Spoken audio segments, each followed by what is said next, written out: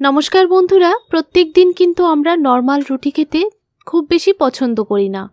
একটু অন্যরকম ভাবে যদি রুটি তৈরি করে নেওয়া যায় তাহলে কিন্তু খেতে বেশ ভালো লাগে। তাহলে চলুন আজকের রেসিপিটি আপনাদের জন্য। এখানে আমি 3 টুকরো মুলো নিয়ে নিলাম। এখন মুলোগুলিকে গ্রেট করে নিচ্ছি। একটু মোটা দানার গ্রেটারটা দিয়েই গ্রেট করতে হবে, খুব বেশি চিকন চিকন করে গ্রেট করার প্রয়োজন নেই।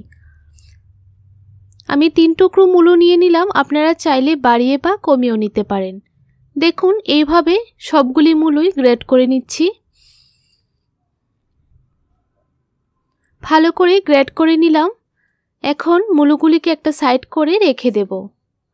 চুলার মধ্যে একটা কড়াই বসিয়ে দিলাম। 1 চামচ দিয়ে দিলাম সরিষার তেল। তেলটা ভালোভাবে গরম করে নেব। এখন একটা মিডিয়াম সাইজের পেঁয়াজ স্লাইস করে কেটে দিয়ে দিলাম। অল্প একটু কাঁচা লঙ্কা দিয়ে দিলাম। ভালো করে নাড়াচাড়া করে পেঁয়াজটাকে একটু ভেজে নিতে হবে। পেঁয়াজটাকে লাল করে ভেজে নিয়েছি। এখন গ্রেট করে রাখা মুলোগুলি দিয়ে দিলাম। মুলোগুলি দিয়ে ভালোভাবে নাড়াচাড়া করে একটু সময় ভেজে নেব। আপনারা চাইলে মুলো থেকে জলটা একটু চিপে ফেলে দিতে পারেন, তাহলে কিন্তু মুলো থেকে আর পরে জলটা বের হবে না। আমি না চিপেই মুলোগুলি দিয়ে দিলাম।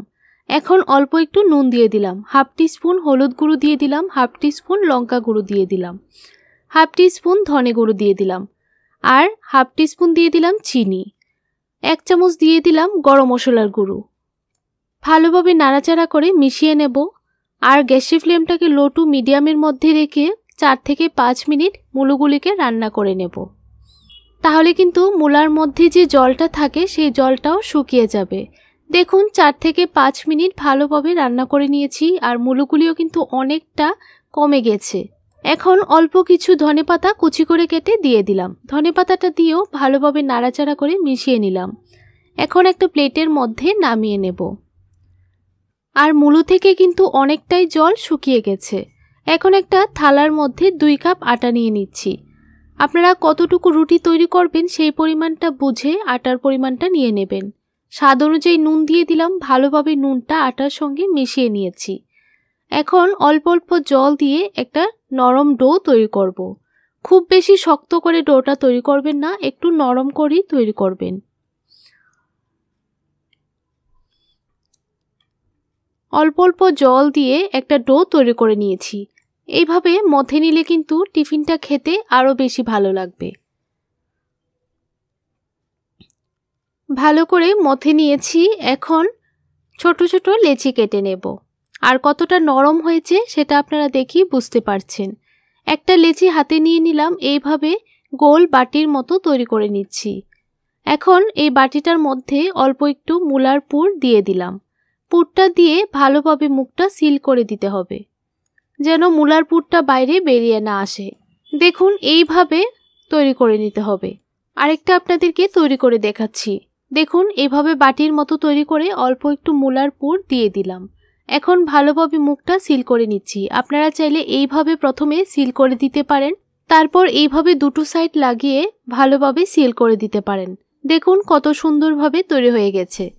একইভাবে সবগুলি তৈরি করে নিয়েছি। এখন একটা আপনাদেরকে বেলে দেখাচ্ছি।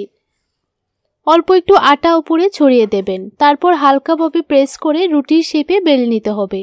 আর হালকাভাবে প্রেস করে করে বেলবেন, তাহলে কিন্তু পরোটাগুলি খুবই ভালো হবে, আর ভেতর থেকে মুলার পুরটাও বাইরে বেরিয়ে আসবে না। দেখুন একটা পরোটা আমি বেলে তৈরি করে নিয়েছি। এখন পরোটাটাকে ভেজে নেব। একইভাবে সবগুলি পরোটা বেলে নেব। তাওয়াটাকে ভালো করে গরম করে নিয়েছি। এখন এপিট ওপিট একটু ভেজে নেব। তারপর অল্প একটু তেল দিয়ে দিচ্ছি। আপনারা চাইলে ঘি বা বাটার দিয়েও ভেজে নিতে পারেন। এখন একটু কড়া করে ভেজে নেব। আর তখন গ্যাসের ফ্লেমটাকে লো টু মিডিয়ামের মধ্যে রেখেই ভাজবেন, তাহলে ভিতর থেকেও খুব সুন্দরভাবে কিন্তু পরোটাটা ভাজা হবে। বন্ধুরা, আপনারা যদি বাড়িতে এই রেসিপিটা তৈরি করেন তাহলে খেয়ে আপনাদের কেমন লাগলো অবশ্যই আমাকে কমেন্ট করে জানাবেন। আর আপনাদের কাছে ভিডিওটি ভালো লাগলে আমার এই ছোট্ট চ্যানেলটিকে সাবস্ক্রাইব করে আমার পাশে থাকবেন। দেখুন একটা পরোটা ভেজে নিয়েছি। আরেকটি পরোটা আপনাদেরকে ভেজে দেখাচ্ছি। দেখুন আরেকটি পরোটা ভেজে নিলাম। বন্ধুরা, এইভাবে গরম গরম পরোটা তৈরি করে সসের সঙ্গেও কিন্তু পরিবেশন করতে পারেন। একটা পরোটা আপনাদেরকে ছিঁড়ে দেখাচ্ছি। দেখুন বন্ধুরা, পরোটাগুলি কতটা নরম হয়েছে।